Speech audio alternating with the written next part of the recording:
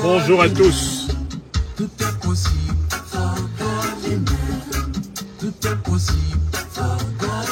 Afrique des libertés, je vous salue.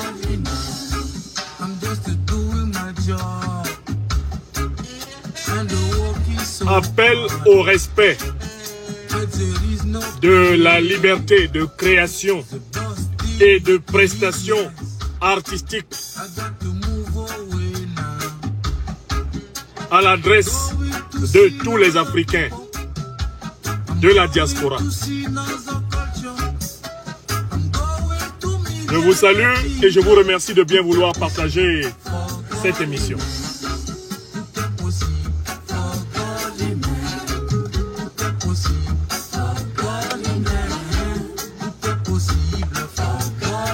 Protégez et partagez cette émission.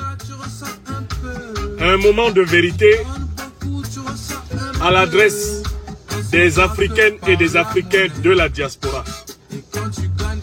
Un appel argumenté au respect de la liberté de création et de prestation des artistes africains, quel que soit leur bord politique.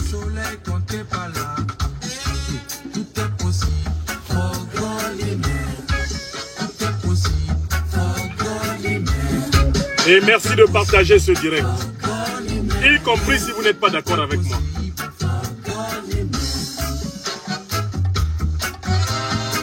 Je vous salue, Africaines, Africains du continent, Africaines, Africains des diasporas, d'Europe, d'Amérique, d'Asie, des îles. Je vous salue. Protégez et partagez cette émission. En exclusivité ici sur Facebook, elle sera rediffusée plus tard sur ma page YouTube. Franklin Nyamsiwa Cameroun, l'Afrique des libertés. Oublie tes soucis, viens danser avec nous. On va danser, on va chanter la rumba. On va chanter, on va danser la salsa. Nous qu'à danser, nous qu'à swinguer, cha cha cha. Nous qu'à danser, on va chanter le reggae. Oublie tes soucis, viens bouger avec nous.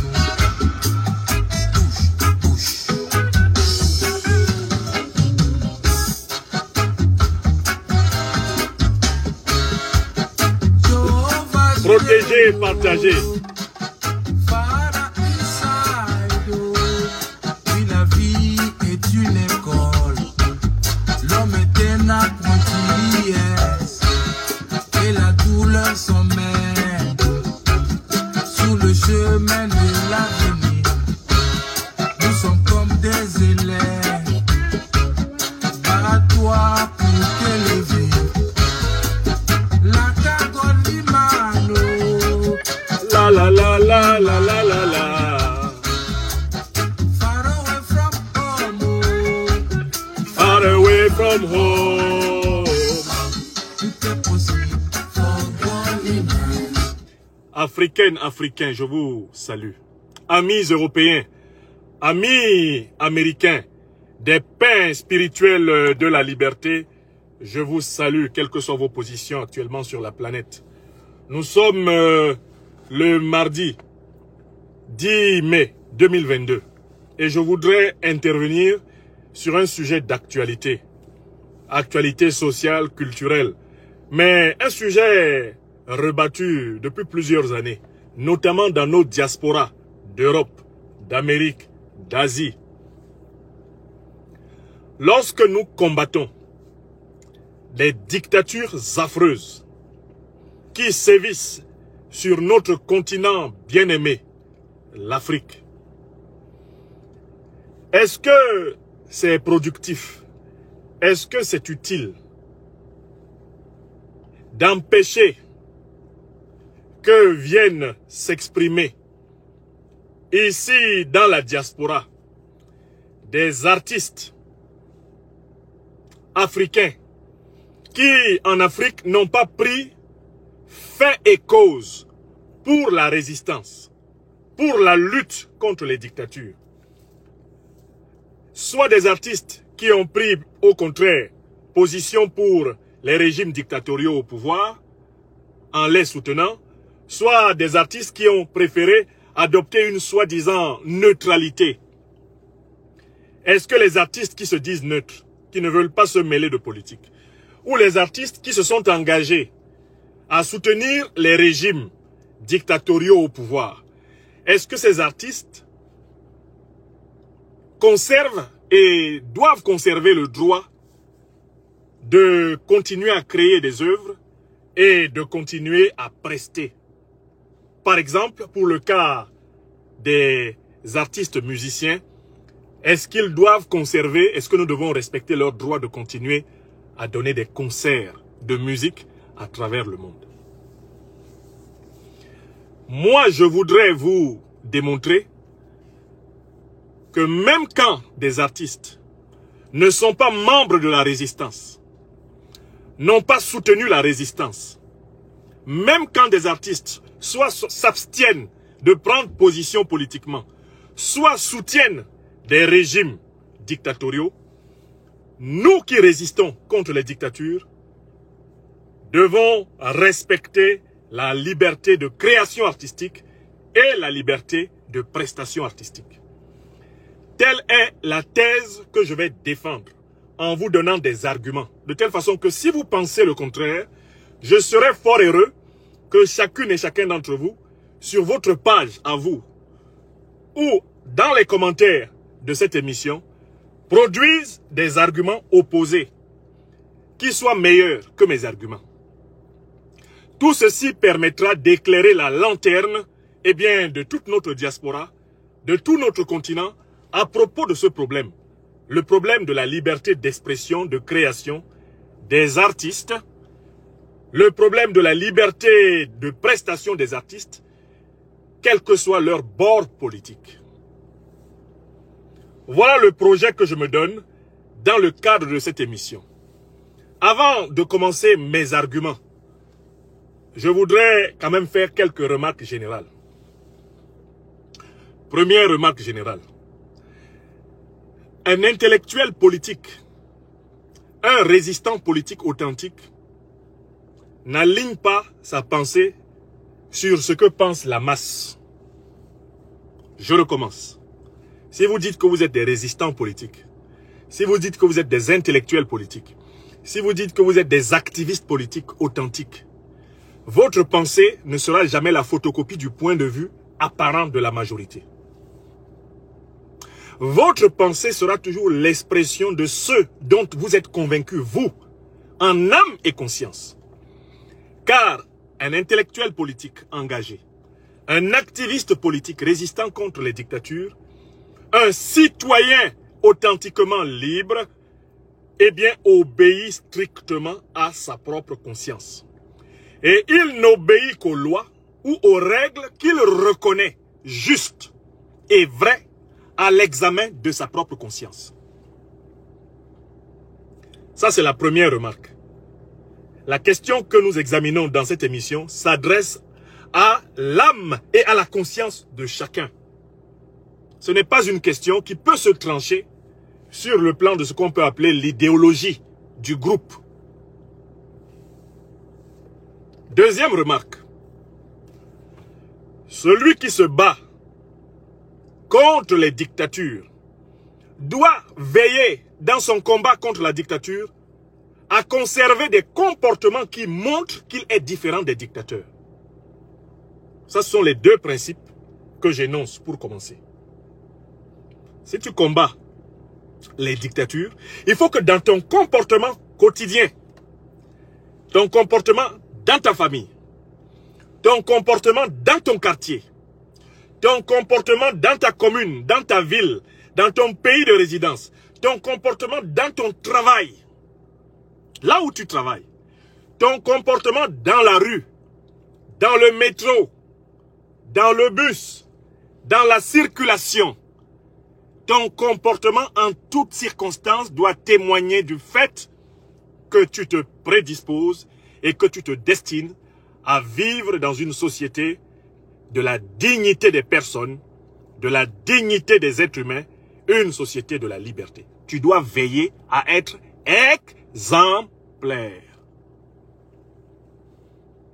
Exemplaire dans ta maison, exemplaire dans ton travail, exemplaire dans ton quartier de résidence, là où les gens te connaissent. Il faut que tu mènes une vie qui indique que tu te prépares et que tu luttes vraiment pour quelque chose que tu pratiques toi-même. C'est la deuxième remarque que je voulais faire. Maintenant, allons-y au contenu du sujet lui-même. Pourquoi je pense qu'il ne faut pas empêcher les artistes de créer et de prester? Pourquoi je le pense? Tout est possible, for God in man. Tout est possible, for God in man.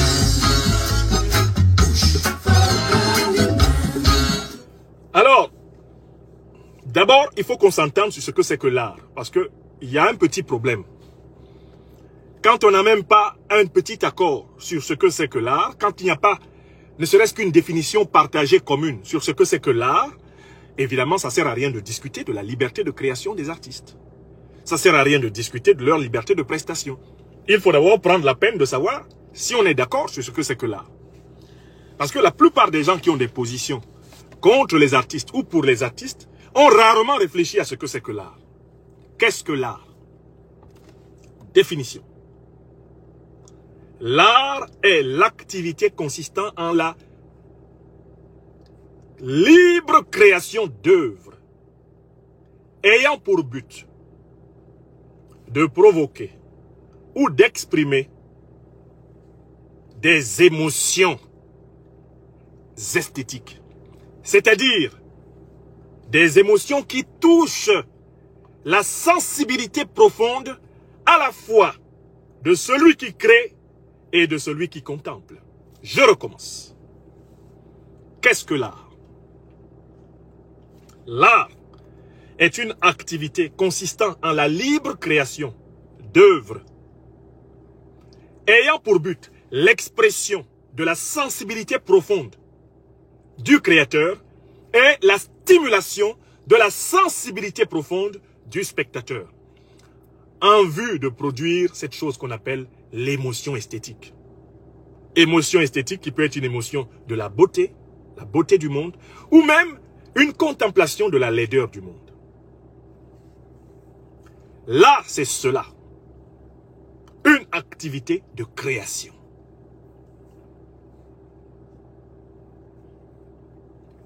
À partir de là,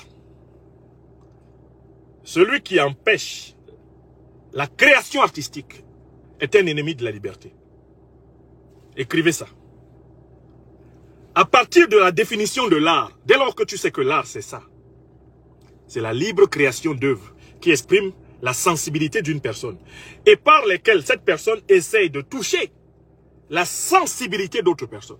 Dès lors que tu le sais, empêcher un être humain de créer, c'est être inhumain. La définition même de l'art nous interdit d'empêcher l'art. Car empêcher l'art, c'est être ennemi de la liberté. En tant que résistants, nous ne pouvons pas être les ennemis de la liberté. Même de la liberté de nos adversaires politiques, nous n'en sommes pas ennemis. Nous résistons à nos ennemis dans la mesure où ils empêchent notre liberté. Mais nous ne leur résistons pas pour empêcher leur liberté, mais pour créer une civilisation de liberté. Un combattant de la liberté ne peut pas empêcher à des êtres humains, même qui ne sont pas politiquement d'accord avec lui, de créer des œuvres d'art. Ça, c'est le premier point. Si tu luttes pour la liberté, sache que tu luttes pour la liberté artistique. Et la liberté artistique, c'est le droit qu'a tout être humain de créer une œuvre qui lui plaît, par laquelle il essaie d'exprimer sa sensibilité, que sa sensibilité te plaise ou pas. Voilà pourquoi le respect de la liberté des artistes est la condition même du respect du pluralisme. Si tu dis que tu es pluraliste, tu te bats pour le pluralisme. Tu te bats pour que chacun d'entre nous ait le droit de s'épanouir. En Afrique, tu ne peux pas empêcher un artiste, même du pouvoir, de chanter ce qu'il veut chanter. Tu ne peux pas l'empêcher de chanter ce qu'il veut chanter. Car en réalité, d'autres artistes chantent ce que tu veux qu'on chante.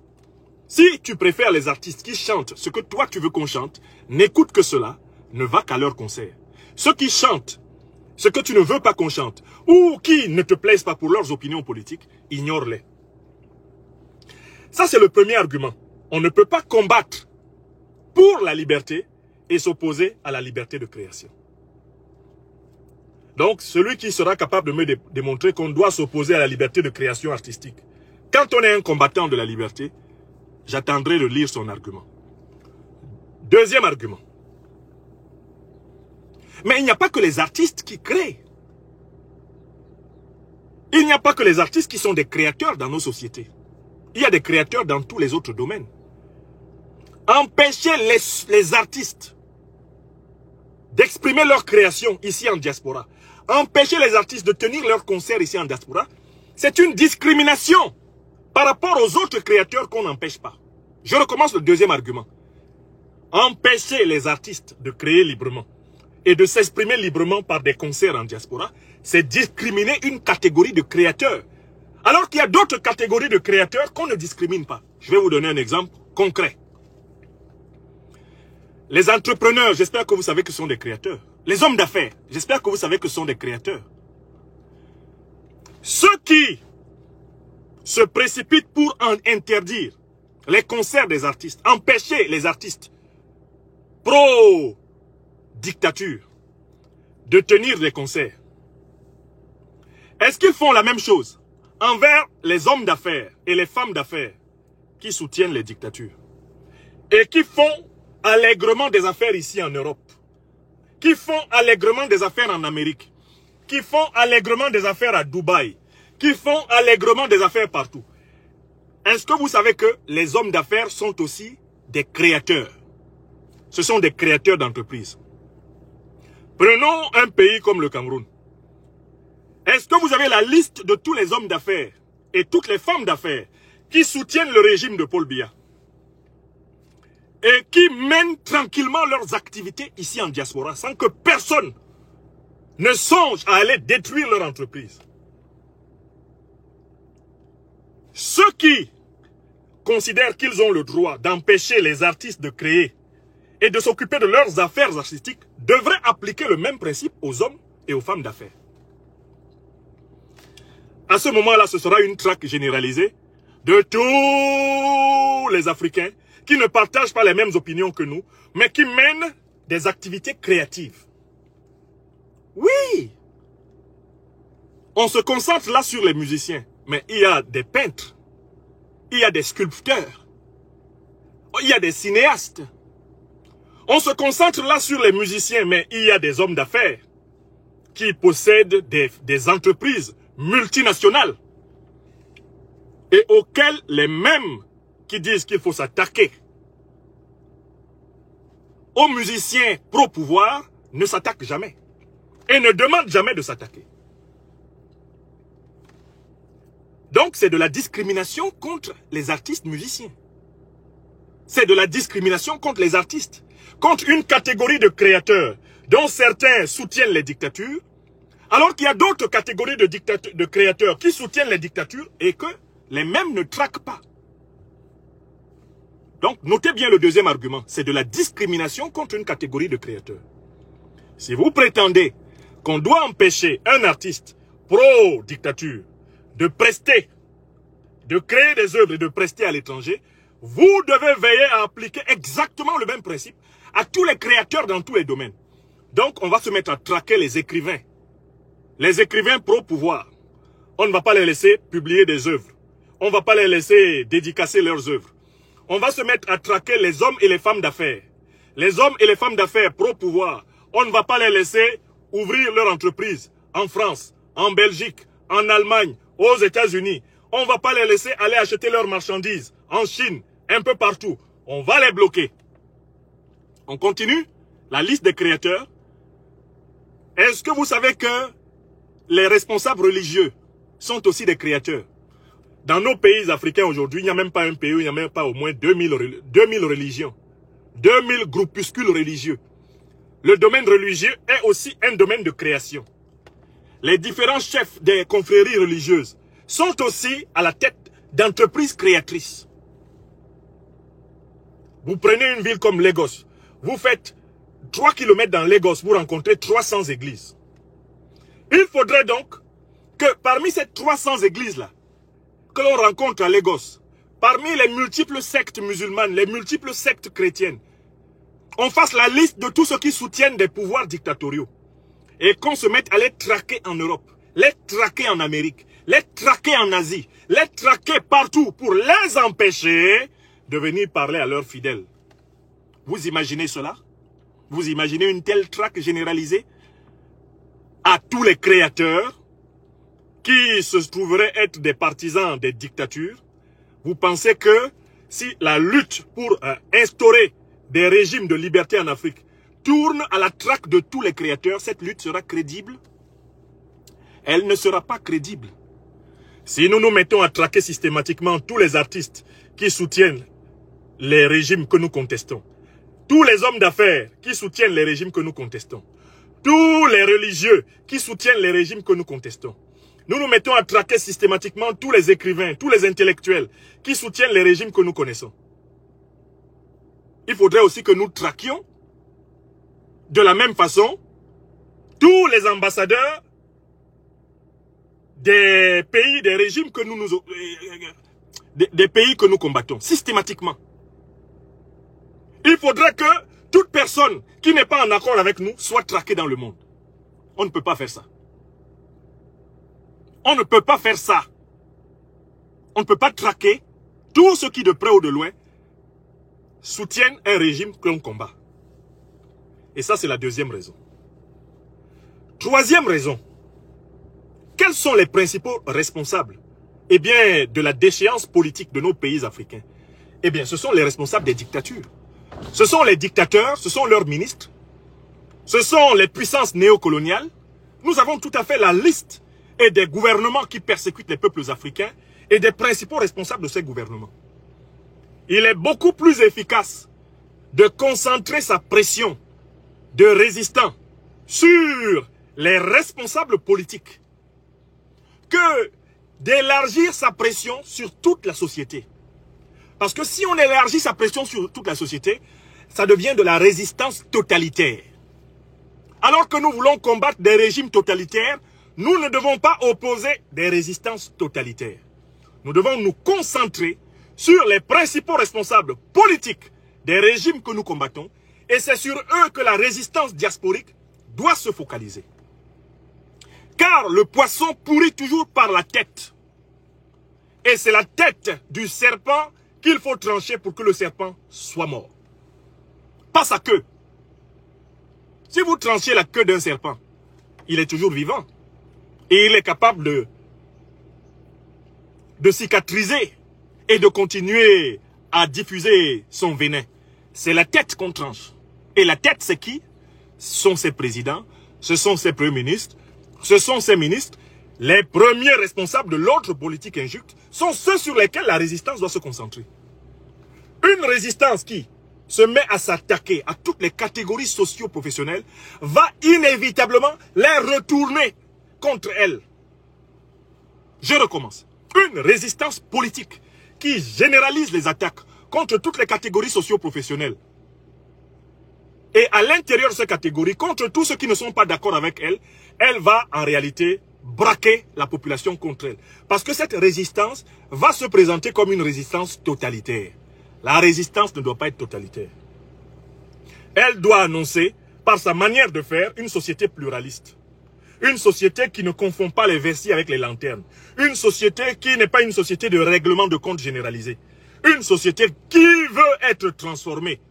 Et par conséquent, une résistance qui se focalise sur les principaux responsables. Parce qu'en fait, si on veut changer le Cameroun, sachez que pour changer le Cameroun, il faudra quand même que ceux qui ont changé le Cameroun gouvernent le Cameroun avec ceux qui étaient les partisans du régime criminel, despotique, qui tient le pays depuis 60 ans.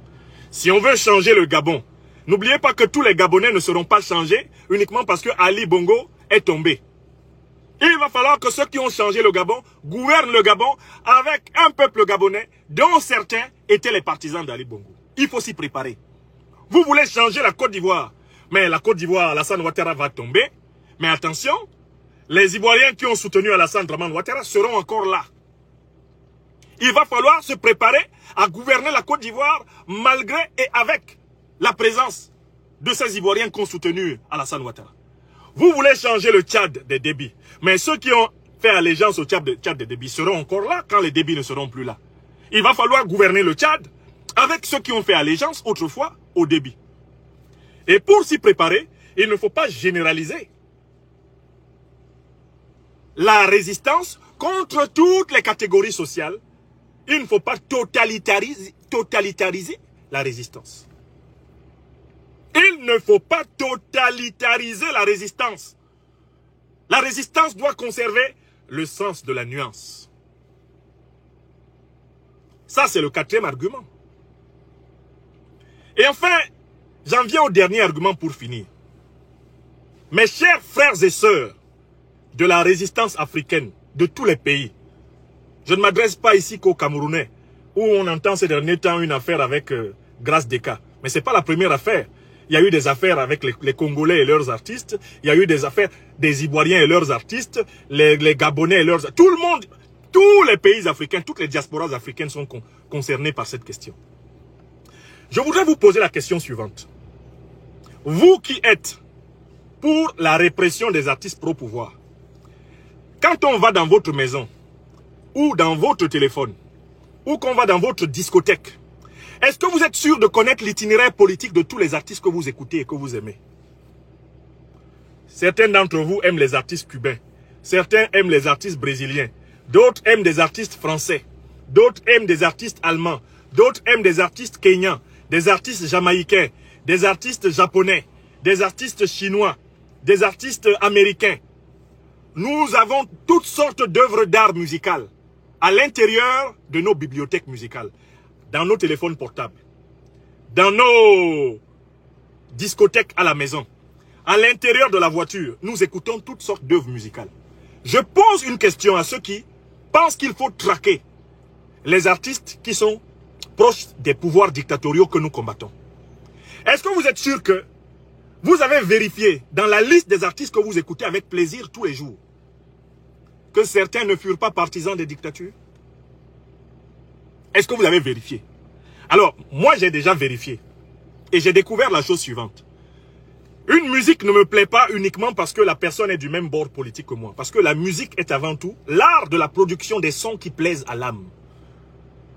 Une musique peut me plaire sans que je ne comprenne les paroles. Rien que la mélodie d'une musique provoque en moi une émotion esthétique. Il s'ensuit que forcément dans ma voiture, forcément chez moi à la maison, forcément dans ma discothèque, je possède de nombreuses œuvres musicales et j'écoute de nombreuses œuvres musicales d'artistes musiciens qui ne sont pas du même bord politique que moi. D'artistes musiciens qui ont soutenu des dictatures. Ce n'est pas ce qui m'intéresse dans leurs œuvres, c'est le plaisir esthétique que me procure l'écoute de leurs œuvres. Je pose la question à ceux qui pensent qu'il faut traquer tel ou tel artiste parce qu'il est plutôt proche de tel ou tel pouvoir. Est-ce que vous savez ce qu'on cherche quand on s'en va écouter un artiste? Ce qu'on cherche d'abord quand on s'en va écouter un artiste, ce n'est pas le pouvoir auquel cet artiste est affilié. Ce qui attire les gens auprès d'un artiste, c'est toujours et d'abord le plaisir esthétique, le plaisir musical dans le cas de l'artiste musicien qu'il leur procure. Mais on peut laisser le côté musical. Les livres que vous avez à la maison, par exemple les romans, les œuvres poétiques que vous lisez à la maison, que vous faites lire aux enfants, les petits contes qu'on lit aux enfants pour les faire dormir. Est-ce que vous avez fait la liste du parcours politique de tous les auteurs des livres que vous lisez, que vous faites lire à vos enfants? Est-ce que les romans, les nouvelles, les poèmes que vous avez récités depuis l'école maternelle, vous avez pris la peine de savoir quel était le parcours politique de ceux qui ont produit ces poèmes, ces romans, ces nouvelles? Les pièces de théâtre qui vous ont fait plaisir. Est-ce que vous avez essayé de vérifier quel était le parcours politique de l'auteur de la pièce de théâtre? Si vous vérifiez, vous allez vous rendre compte que beaucoup de ces auteurs étaient des soutiens de dictature. Vous vous rendez compte que tous les auteurs n'ont pas toujours été des écrivains engagés aux côtés des peuples opprimés. Je suis opposé à la politique de Ferdinand Oyono. Et je suis plutôt partisan dans le terrain de la littérature, de la ligne de la sensibilité incarnée par un Mongo Betty. Mais j'aime bien le roman Le Vieux Nègre et sa médaille. Le Vieux Nègre et la médaille m'intéressent en tant qu'œuvre d'art. Tu l'as lu, je l'ai lu. Si tu es résistant politique camerounais, tu sais que Ferdinand Oyono était un partisan de Paul Biya quand il était vivant. Ça ne change pas le fait qu'on peut lire l'œuvre, le roman de Ferdinand Oyono, sans même savoir quel était son bord politique au Cameroun ou en France, et apprécier cette œuvre-là comme étant une œuvre d'art. Pourquoi? Parce que dans un roman, il y a un plaisir de lecture, il y a un plaisir d'imagination qui n'est pas dépendant strictement de la politique. Allez dans vos maisons. Vous qui persistez à penser, malgré les 6 arguments que je viens de vous donner, allez dans vos maisons vérifier que toutes les œuvres d'art qui sont dans votre maison sont des œuvres d'artistes qui étaient des artistes de la résistance. Prenez bien vos téléphones. Faites la liste de toutes les chansons que vous avez dans vos téléphones. Vérifiez bien la carrière citoyenne et politique des artistes que vous écoutez. Certains d'entre vous écoutent Rihanna, d'autres écoutent Beyoncé. Quelles sont leurs positions politiques? Rihanna et Beyoncé. Pourtant, vous ne rêveriez pas. Si Beyoncé était en concert à Paris, vous ne rêveriez pas d'empêcher Beyoncé de faire son concert. Pourquoi? Est-ce que Beyoncé n'a pas soutenu Obama qui a tué Kadhafi? Oui, Barack Obama, là, c'est lui qui a tué Kadhafi. Associé à Sarkozy, à Hillary Clinton. Vous étiez là, non? Mais s'il y a un concert de Beyoncé à Paris, les mêmes qui sont là, et qui pensent que c'est de la grande efficacité comme activiste, c'est de la grande efficacité comme opposant, de réprimer les artistes africains proches des pouvoirs, les mêmes ne vont pas aller empêcher un concert de Beyoncé. Alors que Beyoncé soutient Obama, Obama qui est co-responsable des malheurs actuels de l'Afrique. Les mêmes. Donc, il suffit que chacun d'entre nous fasse un examen des œuvres d'art musicales, des œuvres d'art littéraires, des œuvres d'art du cinéma, des œuvres d'art du théâtre, par exemple, des œuvres d'art poétiques en général, qu'il possède, qu'il a lu, qu'il a aimé, et qu'il fasse une enquête sur le parcours politique des créateurs de ces œuvres d'art. Vous allez découvrir qu'ils n'étaient pas tous des Mongo Betty. Ils n'étaient pas tous des Pablo Neruda. Ils n'étaient pas tous du côté de la résistance et des peuples opprimés. Cela n'enlève pas au fait que leurs œuvres d'art ont une valeur esthétique. Faites alors une enquête sur les sculpteurs, les peintres. Faites une enquête sur ceux qui ont fait des monuments pour savoir de quel bord politique ils étaient. Vous découvrirez des choses absolument incroyables. Donc, j'invite la diaspora africaine à élever le niveau en ne tombant pas dans le piège de l'injustice pour combattre l'injustice. Il faut concentrer notre résistance sur les politiques. Il faut concentrer notre résistance sur les politiques corrompues qui tiennent nos pays en otage. Sur les puissances corrompues qui tiennent nos pays en otage.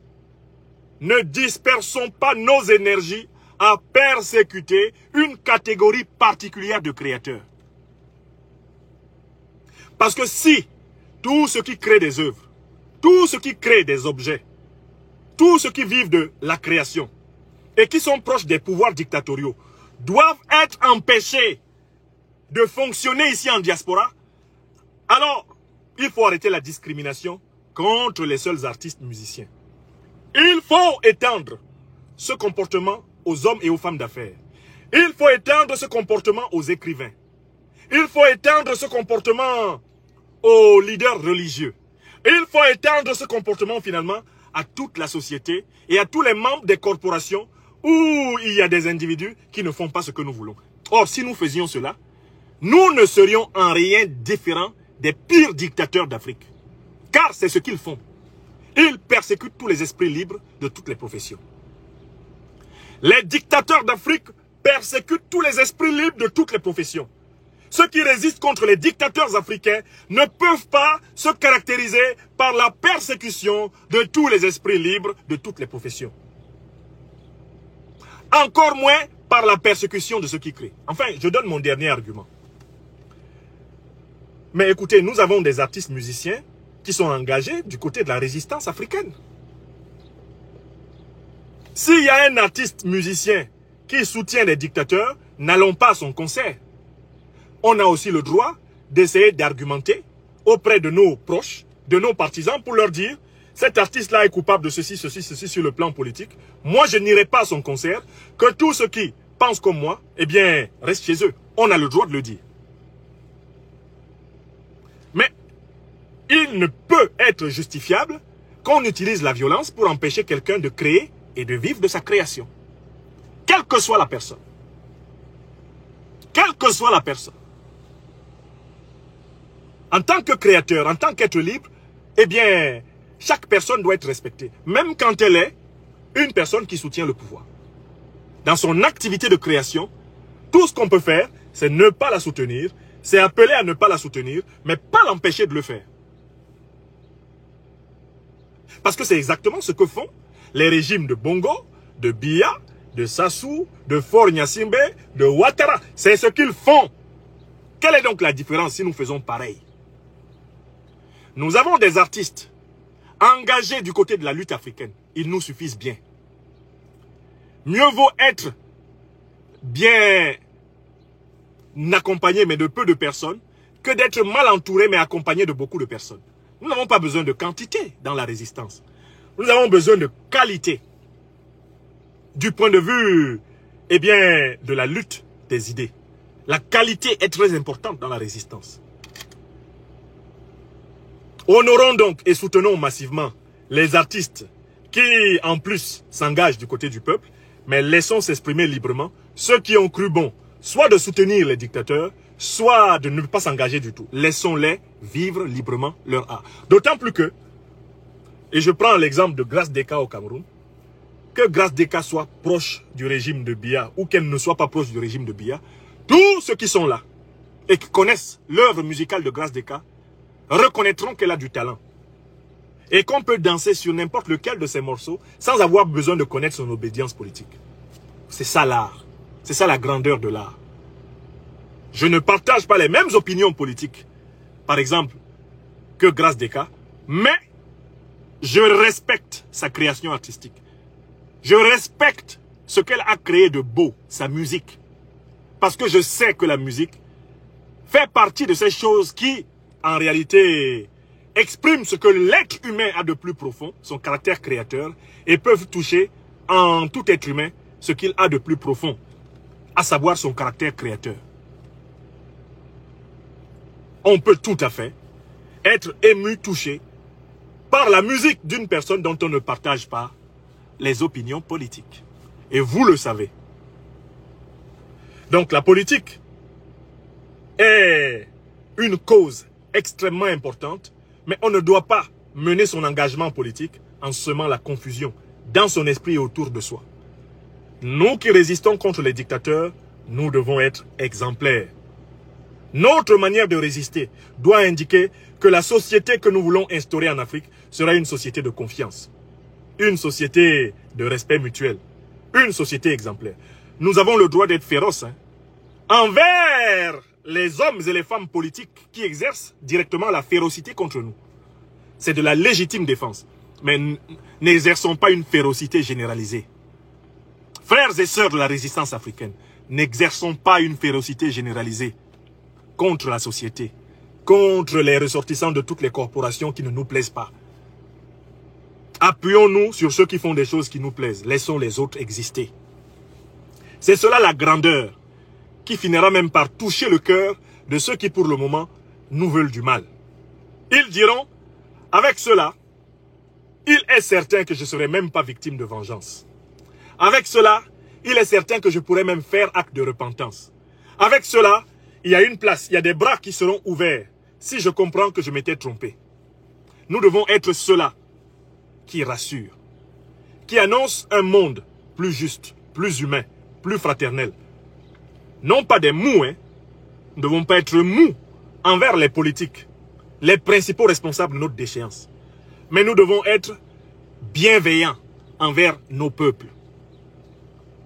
Bienveillants envers ce que je peux appeler les 8e, 9e, 20e couteaux.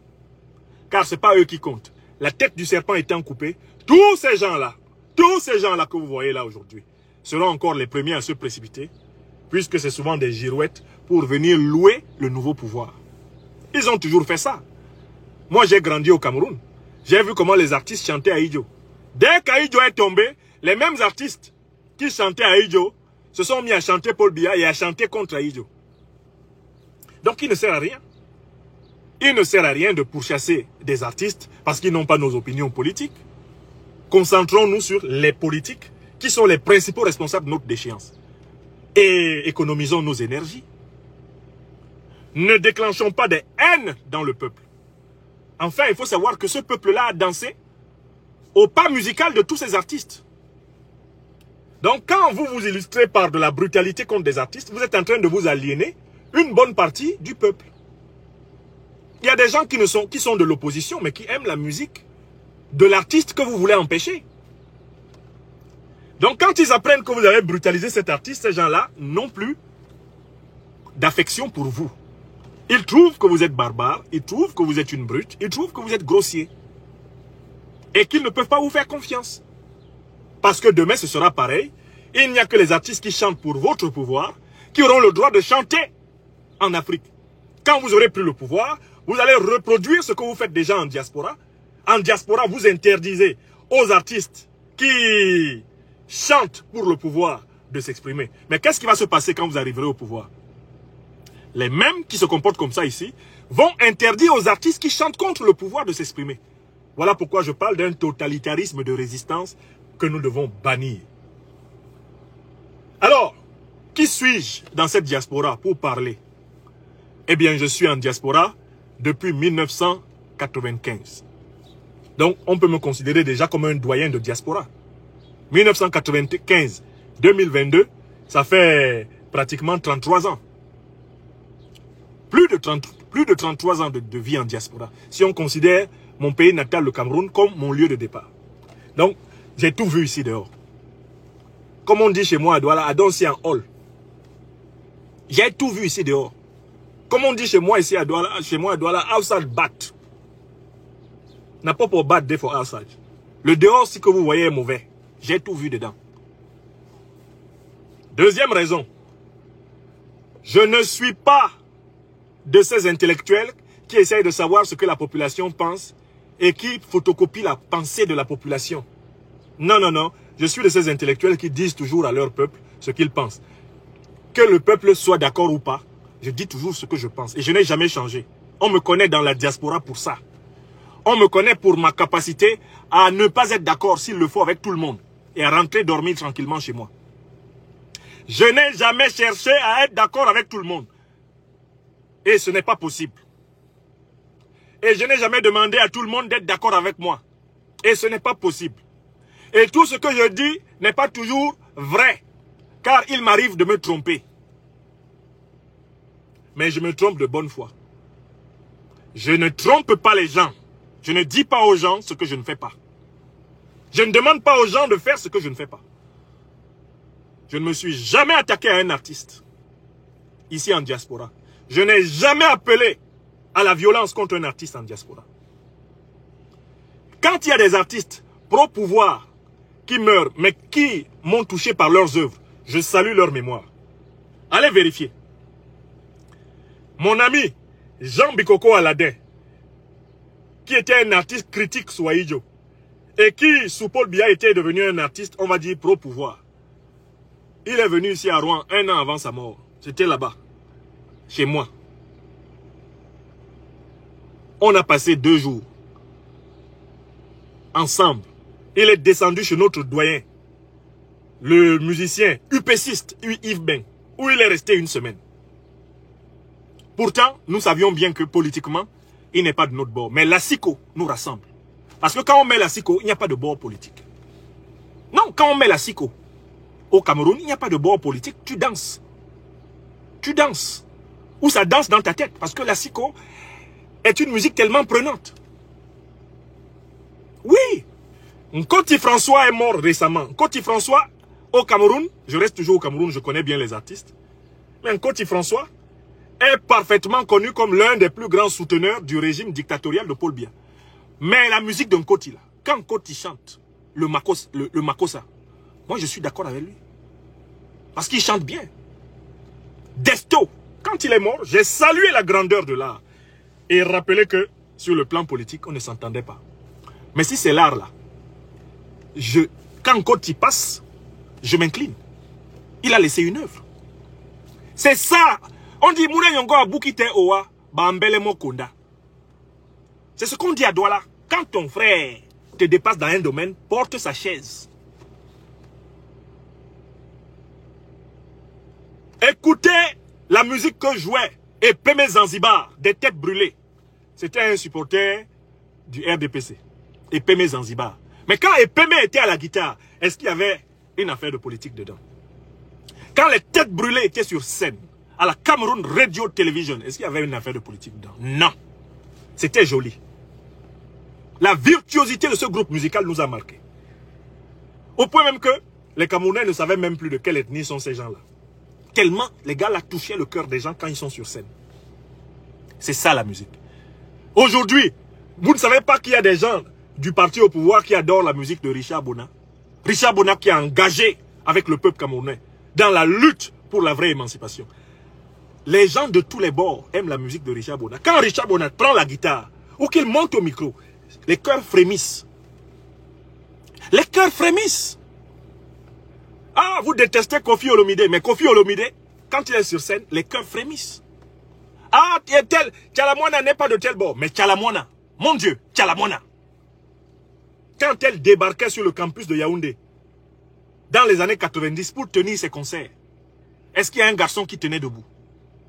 Tchalamwana, la reine du Moutouachi. Pourtant, ses positions politiques, pro-Kabila, etc., ont froissé certains Congolais. La musique de Tchalamwana est là. Donc, attention, africaine, africain. Je regarde la musique. Quand Serge Kassi, qui est un musicien qui a défendu la cause du Front populaire ivoirien, du président Laurent Gbagbo pendant longtemps, même à l'époque où nous étions opposés à Laurent Gbagbo. Mais la musique de Serge Kassi a toujours été dans ma voiture ici. Quand il chante là, c'est joli. Et je ne veux pas, j'oublie. C'était comme ça. C'est Joseph Gadji Seli en Côte d'Ivoire, grand souteneur de la résistance du président Laurent Gbagbo. Vous pensez que les gens qui étaient opposés à Laurent Gbagbo n'ont pas continué à écouter Femme de Feu? Vous pensez qu'on ne continue pas à écouter Femme de Feu sans chercher à savoir même si Gadji Seli est revenu en Côte d'Ivoire ou pas? Parce que Femme de Feu, c'est un texte musical qui t'arrache les tripes. C'est ça. C'est cette distinction qu'on doit rétablir. Et c'est important pour notre civilisation de rétablir cette distinction. Sachons développer une sensibilité pour la beauté des choses artistiques. Et ne pas réduire tout ce qui se fait autour de nous, eh bien, à la question politique. Ne soyons pas réducteurs, soyons ouverts. C'est cette société ouverte-là qui donne envie. Si nous voulons donner envie aux gens d'espérer que nous, les résistants, nous mettrons en Afrique en place une société meilleure, s'il vous plaît, ne dégoûtons pas tout le monde en totalitarisant la résistance. Ne faisons pas la résistance totalitaire. Vous avez bien remarqué que je n'ai cité personne. Je ne cite personne parce que ceux de mes frères et de mes sœurs de la résistance qui sont dans cette erreur restent mes frères et mes sœurs. Je ne vais pas couper ma propre cuisse. Je ne cite pas quelqu'un parce que je les aime, les résistants. Mais j'ai une expérience que je dois partager avec eux pour les amener à changer. Je sais que beaucoup d'entre eux qui regarderont cette vidéo commenceront par me dire non. C'est leur droit. Mais je sais que quand ils la réécouteront, eh bien, cette vidéo touchera leur esprit, touchera leur cœur. Et ils comprendront que nous devons nous efforcer de montrer un monde meilleur à ceux auxquels nous nous opposons. Leur montrer qu'une société meilleure est possible. Nous en avons l'occasion en faisant preuve de bienveillance envers les 3e, 4e, 5e couteaux. Je finis cette affaire par une anecdote. Écoutez bien l'anecdote que je vais vous raconter. En 1991-92, moi j'étais militant de base du Parlement. Parlement des étudiants camerounais. Militant de base, hein, je n'étais pas leader. Parce qu'il y a des gens qui après réécrivent leur histoire, qu'eux ils ont toujours été leaders partout. Moi je ne suis pas dedans. Je n'étais pas leader. Les leaders sur le campus, Dieu veut qu'ils soient encore vivants pour la plupart. C'était les Saint-Fo Tonkam, les Corentin Tala, les Wafo Robert, le général. C'était eux. C'était eux les leaders sur le campus. Quand nous y étions, dans les années 90. À un moment donné, le régime de M. Biya, avec pour ministre de l'enseignement supérieur Titus Ezoa, a abattu contre nous une telle répression que vraiment, si tu étais de près ou de loin un militant du Parlement, il fallait te cacher. Bon, alors je vous pose la question suivante. À votre avis, quel était le meilleur endroit pour me cacher? Pourquoi on ne m'arrête pas? J'habitais à Yaoundé, au bâtiment H77. J'ai dit bien, j'habitais à Yaoundé, au bâtiment H77, à la cité universitaire. Et on nous cherchait tous, militants du Parlement et consorts, pour nous arrêter, nous battre, certains nous tuer, d'autres les jeter en prison. C'était chaud à Yaoundé. À votre avis, quel était le meilleur endroit pour être en sécurité? Vous savez quel était le meilleur endroit pour être en sécurité? J'avais déjà quand même un certain sens tactique. J'avais mes amis, mes camarades de lycée, qui étaient de l'autre bord, qui étaient des opposants, qui étaient des partisans du pouvoir. Des militants de base du RDPC, qui étaient sur le campus. Mais on était des amis. On était des frères. On avait vécu ensemble au lycée dans le Nkam. On avait fait le lycée ensemble. On habitait les quartiers. On était voisins de quartier à Douala. Vous savez où je suis allé? Et c'est pour ça qu'on ne m'a pas arrêté. Je suis allé chez mes amis. Ils sont là, ils peuvent témoigner. Hein. Olinga Foumane est là. Eso Nicolas Olivier est là. Zé Alémé Sylvain est là. Certains d'entre eux sont même encore membres du parti au pouvoir. J'ai moi traversé, comment on appelle, Bassora. Je suis allé à Obili, chez ces jeunes-là qui étaient à l'époque des sympathisants et militants de base du RDPC. Je suis resté tranquille là-bas. Ils m'ont dit, gars, c'est comment? Je dis, ah, n'est-ce pas, vos gens me cherchent. Ils m'ont dit, bon, reste alors ici. Qu'ils finissent. Je suis resté, ils ont fini. Je vous raconte cette anecdote pour que vous compreniez qu'il ne faut pas exercer la contre-méchanceté à tous les niveaux. Parce que demain, quand c'est chaud là, tu ne sais pas qui va te sauver. Je recommence. Parce que je vois des gens ici qui sont en diaspora, ils ont commencé l'action politique en 2018. Je dis bien 2018. Hein. On a donc Yamé Faye. Vous m'entendez bien? Alamawe, Ojoua, Ikamewa, Osengi Boam, Wawonga. Quand ça chauffe, c'est celui qui a su ne pas exercer la violence totalitaire contre le camp d'en face. C'est lui qui peut s'en sortir. Parce que dans le camp d'en face, on se souvient qu'en dehors de la politique, c'est un bon type, c'est une bonne femme, c'est une bonne personne. Je recommence. Quand ça chauffe, c'est celui qui, quand il était au pouvoir, n'a pas exercé la violence totalitaire. C'est celui qui, quand il était dans l'opposition, n'a pas exercé la violence totalitaire. C'est lui qui s'en sort. Parce qu'en face, il y a des gens qui savent que c'est quand même une bonne personne. Vous comprenez? Voilà un secret que je vous donne. Soyons durs envers les dirigeants, les chefs et les cheftaines politiques qui nous écrasent. Soyons bienveillants envers les 3e, 4e, 8e couteaux. Montrons-leur que l'Afrique que nous voulons sera une Afrique meilleure.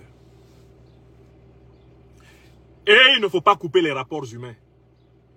Il ne faut pas couper les rapports humains avec la politique. Et il faut les maintenir avec prudence. Mais il faut les maintenir. Car on est amené à vivre ensemble. Donc voilà mon anecdote. Hein. Moi, comme vous voyez là, 91, 92, j'allais aller en prison. Hein, parce que je n'avais pas où fuir. Si je fuyais vers Ngoïkele, on m'arrêtait. Si je restais à la chambre au H77, on m'arrêtait. Si je sortais pour aller vers le centre du campus, qui était déjà cerné par la police, on m'arrêtait. Je suis allé donc me cacher entre les mains de ceux-là même qui bénéficiaient de la protection du pouvoir. Et eux, ils m'ont gardé. Pourquoi? Parce que j'étais leur frère et leur camarade. Et pourquoi m'ont-ils gardé comme frère et camarade? Parce que quand ils m'ont connu, on s'est connu au lycée, j'étais un bon gars pour eux. Ils étaient des bons gars pour moi. On a gardé ça jusqu'à aujourd'hui. Jusqu'à aujourd'hui. Pourtant, on s'est disputé. Hein. Si vous nous entendiez discuter de politique, vous allez penser que la bagarre va commencer. On pouvait discuter de politique à l'époque quand ils étaient pro RDPC. Nous, on était de l'opposition. On pouvait discuter du matin au soir, 3 jours. On va au cours, on revient, le débat reprend. Oui. En fait, nous étions l'embryon de la vraie société africaine qui arrive. Une société où des gens qui sont en désaccord peuvent vivre ensemble. Nous étions cet embryon. Et c'est grâce à eux que j'ai échappé. Ces jours de 91 et 92, si j'ai échappé à la répression du régime Biya, c'est parce que j'avais conservé des rapports d'humanité avec mes camarades, mes frères, qui étaient pourtant membres de ce régime. Écrivez ça. Écrivez. Quand vous voyez aujourd'hui, je parle du Cameroun, le président élu, le chef de la résistance camerounaise qui est encore vivant, sachez que c'est parce qu'il y a des Camerounais en face qui savent que ce monsieur-là est une chance pour le pays. Je recommence. Si vous voyez le président Kamto vivant, ce n'est pas seulement à cause du peuple de la résistance. C'est parce qu'il y a même dans le pouvoir des gens qui savent que le Cameroun a la chance d'avoir des hommes comme Kamto. Il y en a même qui ont déjà reçu des ordres criminels. Hein. Ils ont dit que non. C'est même pas moi. Je ne fais pas. Si vous voulez faire, faites vous-même. Oui. Oui. Donc, continuons à travailler dans les sociétés africaines pour retisser ce lien d'humanité avec nos frères du bord opposé, sans faiblir dans la résistance contre les responsables politiques de la déchéance. Voilà la tactique et la stratégie de ceux qui veulent garder, développer la confiance du peuple et changer la société. Pas de résistance totalitaire contre les régimes totalitaires, mais une résistance ferme contre les responsables principaux, bienveillante et compréhensive envers les secondaires. Car c'est avec ces secondaires transformés que nous allons bâtir l'Afrique nouvelle. J'espère que cette démonstration aidera mes jeunes frères et sœurs qui ont basculé dans ce que j'appelle la résistance totalitaire à revenir vers la résistance éclairée. La résistance ferme et bienveillante. Mes chers amis, j'en ai assez dit pour cet élément. Cette vidéoconférence sera rediffusée tout à l'heure à mon retour à mon domicile sur notre chaîne YouTube Franklin Nyamsiwa Cameroun, l'Afrique des libertés. Frères et sœurs africains de la résistance, ne violentons pas les artistes. Laissons la création artistique s'exprimer. N'empêchons pas les artistes qui ne sont pas de notre bord politique de s'exprimer. Montrons que nous sommes meilleurs que les régimes totalitaires que nous combattons. Combattons les régimes totalitaires. Combattons les responsables des régimes totalitaires. Et préparons-nous à avoir affaire à une société qui a été pourrie, dégénérée. Car c'est cette société que nous devons régénérer, que nous devons changer. Si la société a changé, à quoi sert notre action politique? C'est parce que la société n'est pas en bon état que l'action politique se justifie. En attendant, ne généralisons pas. Ne généralisons pas le radicalisme. Concentrons-le sur la tête du serpent. J'ai dit.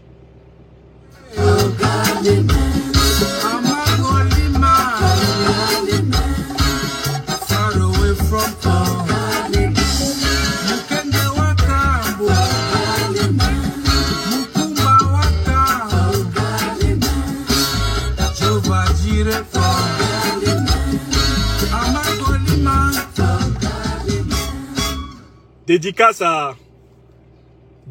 à tous les résistants de la diaspora. Dédicace à toutes les Africaines et à tous les Africains qui se battent contre les dictatures. Nous ne sommes pas parfaits. Ce n'est pas parce que nous sommes dans la résistance que nous avons toujours raison. Nous pouvons commettre des erreurs. Nous devons nous corriger, nous améliorer.